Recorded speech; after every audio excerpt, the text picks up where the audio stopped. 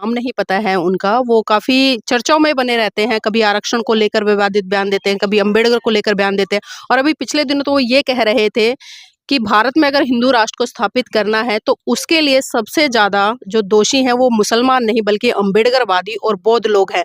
लेकिन अभी जब वो स्नान करने गए वहाँ पर तो हिंदुओं ने ही उनके रथ को तोड़ दिया, मतलब उन पर उनके जो सहयोगी थे उनके साथ में मारपीट गई और पुलिस प्रशासन ने भी बहुत बुरा एक रवैया उनके साथ में इख्तियार किया। पूजा पाठ कई ऐसे चीजें करते हैं और तो ये क्या है कि विडंबनाओं की तरफ जाके अपना समय ना खराब करके वो उस तरफ आए जहां से हमारा परिवार और देश का कल्याण।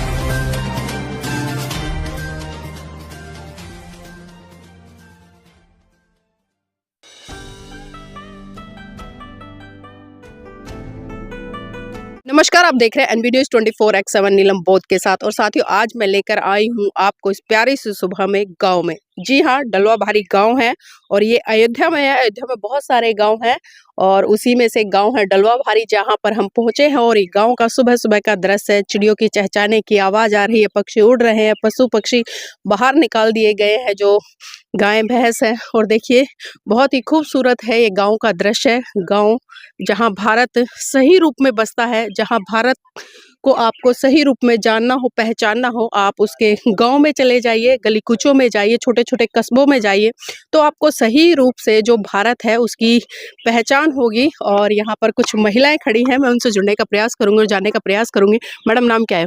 आरती बोल। आरती बौद्ध जी यहीं पर रहते हैं? जी। अच्छा, आप बौद्ध हैं? जी। बौद्ध कैसे बने? पहले से बौद्ध थे या फिर कुछ घटना घटी जीवन में या कुछ परिवर्तन हुआ? जी नहीं, मतलब पहले तो इतना जानकारी नहीं था लेकिन धम्पसंघ से जुड़ने के बाद पता चला कि असली बौद्ध असली अम्बेडकरवादी क्या बन होते हैं। जी, अच्छा ये धम्पसंघ क्या है? क्या कर रहा है धम्पसंघ? जी ये एक स्कूल है, विश्व शांति निवारण स्कूल है और इसमें धम्म की बेसिक शिक्षा दी जाती है, जानकारी दी जाती है अपने जीवन में अप्लाई करने के लिए और इससे बहुत ही प्रभाव पड़ता है। अच्छा, कैसे जुड़े स्कूल से? आपके गांव में चल रहा है ये विश्व शांति स्कूल? जी नहीं, ये ऑनलाइन मीटिंग चलती है और हम लोग ऑनलाइन ही जुड़ते हैं, ऑनलाइन ही इस पे मीटिंग चलती है रात को 9 बजे और उसी पे सब लोग जुड़ते हैं, अपना इस पे सीखते हैं। अच्छा, ऑनलाइन सिखाने का काम किया जाता है। तो आपने कुछ सीखा हो धम्पसंघ से हमारे दर्शकों को वो सुनाएं थोड़ा सा। जी, धम्पसंघ से मनो पुब्बं गमा धम्मा मनो सेठा मनोमया मन साचे पदुठैन भा सती वा करोति वा ततो नंग दुख मनुएति चक्कं वा वहतोपन। अर्थात मन सभी प्रवृत्तियों का अगुआ है, मन ही उनका प्रधान है, वो मन से ही उत्पन्न होती है। यदि कोई दूषित मन से वचन बोलता है या पाप कर्म करता है तो दुष्ट उसका पीछा उसी प्रकार करता है जिस प्रकार बैलगाड़ी के चक्के पहिए। जी, अच्छा ये बात किसने कही है? क्योंकि बात बहुत खूबसूरत है कि मन सभी प्रवृत्तियों का अगुआ है, मन ही उनका प्रधान है। ये बातें किसने कही हैं? जी ये बातें भगवान बुद्ध ने कही है, तथागत बुद्ध ने। जैसे कि ये अकोछी मंगा उधी मंगा जीनी मंगा हसी में ये चातंग उपनहंती वेरन तेसन न सम्मति।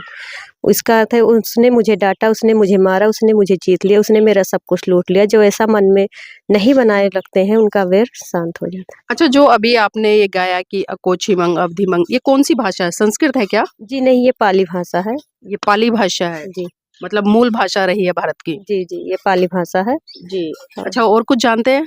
जी और ना ही वेरेन वेरानी सम्मति कुदाशनंग आवेरन चा सम्मति एस धम्मो सनातनो। इस संसार में वेर से वेर कभी शांत नहीं होते, आवेर से ही वेर शांत होते। यही संसार का सनातन नियम है। यही संसार का सनातन नियम है। तो आपके जीवन में कोई ऐसी घटना घटी हो जब आपने इन गाथाओं को अपने जीवन में उतारा हो और उससे सुधार किया हो? जी, इससे तो मैं अपने घर का ही मतलब अपने परिवार में ही ये गाथा का पालन करती हूँ। कोई भी कुछ कहता है तो उससे दिल से नहीं लगाती हूँ, उसी समय वो छोड़ देती हूँ और इससे बहुत प्रभाव पड़ता है। मेरा मन शांत रहता है, मैं किसी के प्रति नफ़रत, वैर नहीं रखती हूँ अपने मन में। वो जो हुआ उसी समय मैं उसको भूल जाती हूँ। जी, बहुत-बहुत धन्यवाद हमारे साथ जुड़ने के लिए। तो देखिए, बहुत ही महत्वपूर्ण बात इन्होंने कही है और जो इन्होंने धम्पद संघ से सीखा है, धम्पद की जो गाथाएँ हैं, जो भगवान बुद्ध ने मानव कल्याण के लिए कही हैं और वास्तव में कोई भी व्यक्ति इस तरह की गाथाओं को अपने जीवन में धारण करता है और उनका वाचन करता है, तो मुझे लगता है उनके जीवन में बहुत बड़े स्तर पर परिवर्तन आ जाएगा। और यहाँ पर आदरणीय जी भी बैठे हैं, मैं उनसे भी थोड़ा चर्चा करना चाहूँगी क्योंकि गाँव से ही हैं। आदरणीय जी, नाम क्या है आपका? अब मेरा नाम राज बहादुर है। राज बहादुर जी, पहले तो थोड़ा गांव का परिवेश बताएं, कौन सा गांव है, यहाँ किस तरह के लोग रहते हैं और जो सामाजिक पृष्ठभूमि है उनकी किस तरह की है? ये ग्राम डेलवा भारी है और अयोध्या डिस्ट्रिक्ट से बिलोंग करते हैं हम। तो यहाँ पर जो है अभी शुरुआती है, तो इसलिए अभी इस पर जितना ध्यान नहीं लोग दे पा रहे, लेकिन वैसे अभी देखा गया कि कुछ लोग आगे कदम बढ़ाया इस बाबत में और उनको अच्छा लगा है। ऐसा भी बोला, कई लोगों ने ऐसा बोला कि मुझे जानकारी अभी हुआ है नहीं, और कोई पहले मिला होता तो उससे मैं पहले से क्यों नहीं आई इस समाज में। तो जी। आने को तैयारी है धीरे-धीरे, और हम सभी प्रयास कर रहे हैं कि ऐसा जो है हो और सबको इसका पता चले कि बाबा भीमराव अंबेडकर जी ने जो हमें आज तक दिया है उससे हम वंचित कैसे रह गए।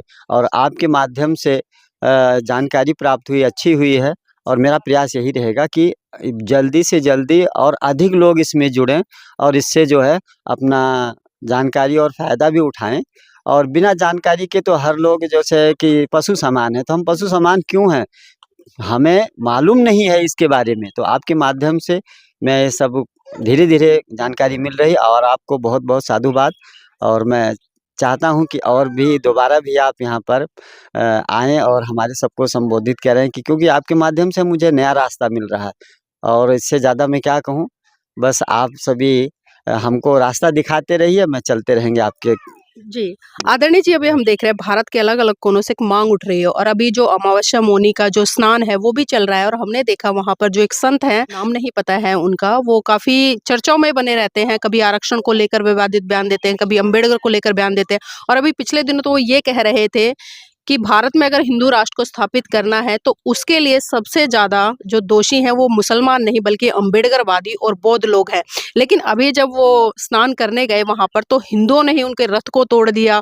मतलब उन पर उनके जो सहयोगी थे उनके साथ में मारपीट भी की गई और पुलिस प्रशासन ने भी बहुत बुरा एक रवैया उनके साथ में इख्तियार किया है।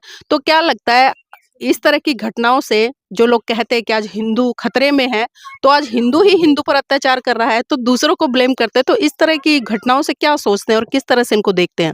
अगर देखा जाए तो वो क्या है कि पहले तो अज्ञानता के वो बीमार लोग हैं, और अगर वो ऐसा करते हैं तो अपनों के साथ जब किया तो उनका अगला कौन विश्वास करेगा। और उनको ये चाहिए, पहले ज्ञान होना चाहिए। ज्ञान अगर होगा तो ना तो वो अपने को किसी को मतलब ऐसा गलत भाव से देखेंगे या गाली नहीं देंगे, मारेंगे नहीं। तो उनके अंदर शिक्षा की कमी है, और ये शिक्षा जो है बाबा भीमराव अंबेडकर और भगवान बुद्ध से अगर वो लेते हैं तो उनका जन कल्याण बहुत जल्दी और बहुत अच्छा होगा। वो अज्ञानता के कारण से ही वो ऐसा कार्य कर रहे हैं। हमें उनको जो है ज्ञान की तरफ अग्रसर करना है। उनको गलतियों पर हमें उनकी तरह नहीं बात करना है कि जैसे वो कर रहे हैं। हमें उनको क्षमादान देते हुए बड़े प्यार प्रेम से उन्हें समझाना बताना है कि जिससे वो अपने भटके हुए रास्ता को छोड़ कर के सही रास्ते पे आ जाएँ और आने वाली पीढ़ियों को एक नया अध्याय चालू करें, उसमें कल्याण है, ना कि झगड़े में कोई कुछ नहीं रखा। और ये जो लोग पूजा-पाठ कई ऐसे चीज़ें करते हैं, और तो ये क्या है कि विडंबनाओं की तरफ जाके अपना समय ना खराब करके वो उस तरफ आएँ जहाँ से हमारा परिवार और देश का कल्याण होता है। ये सबसे अच्छा होगा, ना कि विडंबनाओं की तरफ मत जाइए। जैसे कि कोई खाना खराब करता है तो खाना खराब करने से क्या होता है कि हमें तो सबको वही भोजन अगर ना खराब करके किसी को पहुँचाया जाए तो उसका सही उपयोग होगा। क्या भगवान नाम का जो अगर मान लीजिए कहीं भगवान है, हमने तो देखा नहीं, लेकिन फिर भी अगर है तो वो कहता है कि पहले ये करो कि जो मैंने दिया उसका सही उपयोग करो। अगर उसको फेंक देते हो, पत्थर की मूर्ति पे चढ़ा देते हो, क्या फ़ायदा? एक भूखा सड़क पर लोटा पड़ा है, कुछ क्षण बाद उसके अचेत होते-होते वो मर भी जाता है। किसके कारण? भोजन खराब है। तो अज्ञानता के कारण पत्थर पे मत अपना समय और भोजन को खराब करिए। उसको सही जिनको आवश्यकता है, अगर आपके पास भगवान या भगवान बुद्ध ने कुछ दिया है शिक्षा के माध्यम से, तो उसको सही उपयोग मिला है, उनको खिलाइए, उनको पिलाइए। एक ही दिन करिए और अच्छे मार्ग पर अपना सोच रखिए, जिससे सबका कल्याण होगा। नमो बुद्धाय, जय भीम। जी, बहुत-बहुत और पूजा करनी है तो आप अपने माता-पिता की कीजिए, अपने गुरुओं की कीजिए जो आपकी रक्षा कर सकते हैं, आपकी देखभाल कर सकते हैं। तो साथियों मैं चाहूँगी आप इस वीडियो को लाइक करें, शेयर करें और कमेंट करके अपनी प्रतिक्रिया ज़रूर दें।